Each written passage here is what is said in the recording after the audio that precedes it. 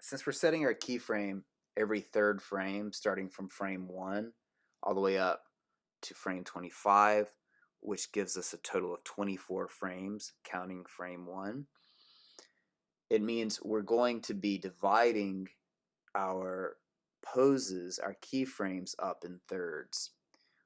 And that means a contact pose at the beginning, a contact pose in the middle, and a contact pose at the end. Your first contact pose should match your last contact pose. It should be identical so that the loop will flow smoothly without any sort of skip or pause. Your middle frame should be a mirror of your first and your last. You can see what's going on there. It's not perfect because I did a quick example here. There's some changes in the hips, the arm swing. It's not an exact replica, but we could fix that. Just look at this and see where the difference is, and then go in and fix it. Okay, so what I've done here so far is give a very roughed in version of what those contact poses might look like. Please consider this very rough. Okay, so now with our contact positions roughly blocked in, we can start to work on the next position in our walk cycle, which is our pass position. So in order to prevent shuffling of the feet, just sliding across the floor, obviously one of the feet are going to need to be lifted off the ground and carried across, passing through into the new position. Right? And so the arms are going to be following and the rest of the body is also going to be following, but right now we're focusing mostly on the legs because the rest of the body will start to make sense to you as you almost intuitively once you get the lower body established. So here we have our first pass position.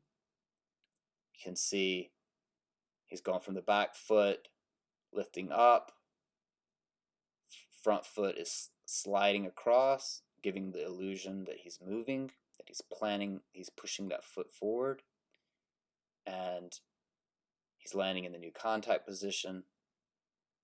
And then we have the mirrored pass position on the other foot. So the first half is to frame 13. That's when our mirror begins, and then it goes and cycles back over 24 frames, but in this case at 25. So even without doing anything else, we already have a pretty decent illusion of walking. I haven't done anything on the upper body rotations on the pass position. His hands, you see his left hand here, it's kind of curling up and away in this direction. And then as he's passing through, it kind of flops as it comes back. And the same thing is happening on this wrist because the distribution of energy is being carried across the pendulum of the arm. As the arm as the shoulder hits the pass position, it's at its lowest.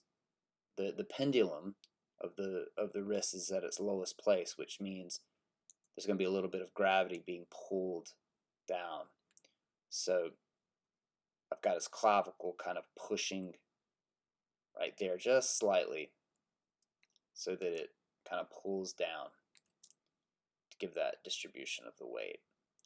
So now we have the contact position and the pass position set and roughed in as complete poses. With our contact position set, then our pass position set, the only thing left is the oscillation between the downward movement and the upward movement. Down and up. I have a sense now of movement from my contact position pushing forward, pushing down into the step, then starting to pass my foot across my foot and my arm. It's my pass position into an upward position. And it looks like he's not even going up enough, which means probably my pass position he's raised a little too high, which means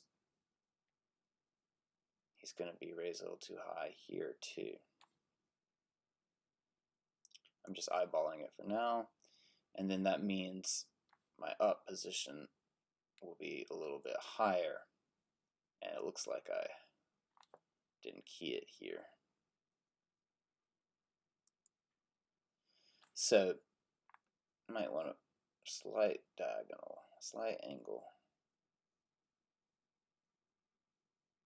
And from there you have all of your initial, let's call them poses or positions, to begin working from.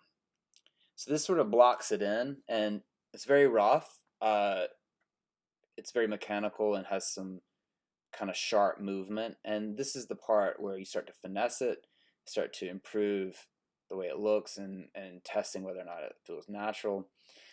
Don't forget, we're dividing it in thirds.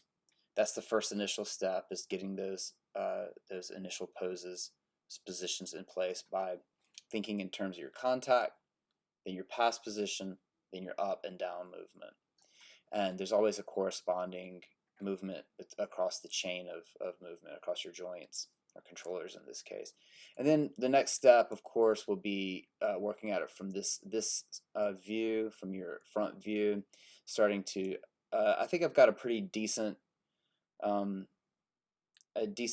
starting place here. You can see the bend, and his body is leaning towards the front foot a little bit, and his shoulders trying to compensate for it at the top where his chest is, and then his head is sort of wobbling as well, and so that'll be oscillating a little bit. You can kind of see I had started a little bit of work there. The arms need some work. It's not perfect, and that's the next step, really.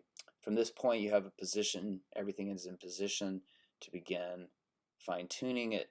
You can see in the feet, there's a drag happening in the feet, and there's probably some work that could be done in the toe on here. It looks like it's still pointed up, but the idea, don't forget, is this idea of the rocking chair. It's lifting off. I even put a little bit of a drag in the toe there so that it's almost kind of still trying to catch up to the rest of the foot, and then drags across again before kicking off again. So once I get my contact pose from the beginning and the end, the rest of the middle part has a little bit more forgiveness to it. So I like to focus on my contact positions first, get everything established there, make sure that it's in complete symmetry, because the worst thing that can happen is the cycle doesn't work. When it ends on frame 25 and starts over again, there's a skip and a jump. So I would, as an animator, I'd rather make my mistakes on the inside. And here has a little bit more forgiveness. You're still going to catch it, but it won't be quite as big of a jump if you miss it on your contact poses at the beginning and the end.